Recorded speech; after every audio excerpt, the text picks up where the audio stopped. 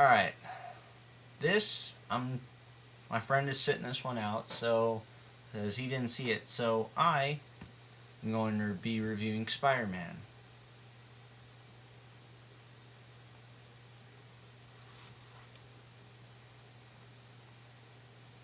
I'm sorry. Spider-Man. What the hell was that? I like what they did with this one.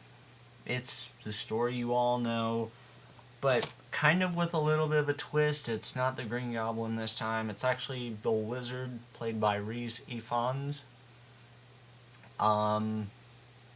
Uncle Ben is played by Martin Sheen. Yes, that's right. Gwen Stacy, to not say Mary Jane, is played by Emma Stone, and Andrew Garfield plays Spider-Man. Alright. If you don't know the basic summary of it, which, I don't even read the comic books or anything. I know you're staring at the shirt, I can't help it either. But,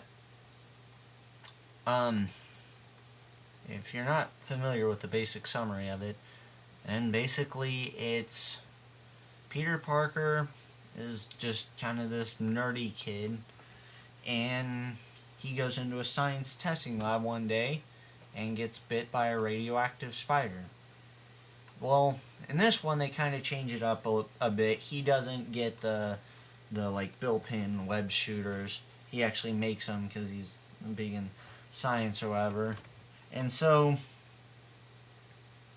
you have that, and then you have the Lizard, who played by Rhys Ifans, whose actually character name is Dr. Connors, and he has a missing arm, and he's trying to genetically enhance himself, so he's working on a serum.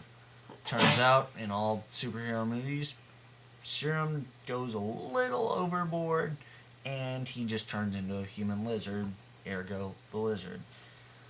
Well, basically, Peter Parker just has to stop him. And I both, just might add, I thought they all did really good jobs. I think maybe Peter Parker was maybe a little whiny. He had that aspect where he was treated like crap at school, and then he treated his family like crap, which it's like as an audience, you want to feel sorry for him, but you can't. And then Lizard, played by Rhys Ifans, I thought he was really good. Martin Sheen, he's awesome. Come on. He's Martin Sheen, and dude, whatever.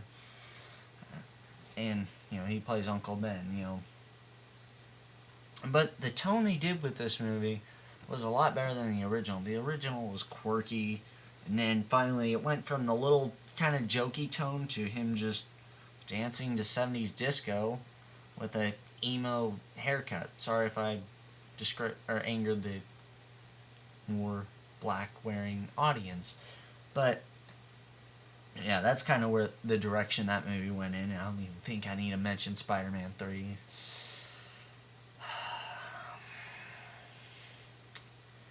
But they took a lot more.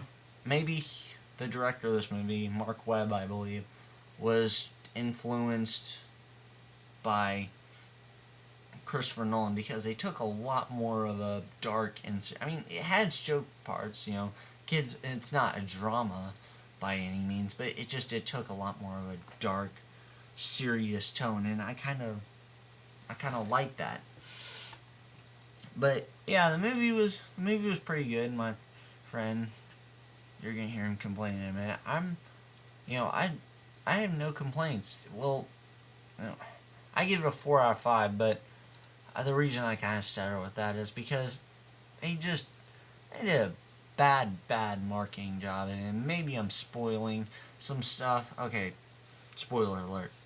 Now, the part you see in the trailers where that giant tower that's shooting out the blue stuff, that's the end of the movie. And if you were guessing, then you were right. That's the end of the movie. That's like where everything kind of comes together.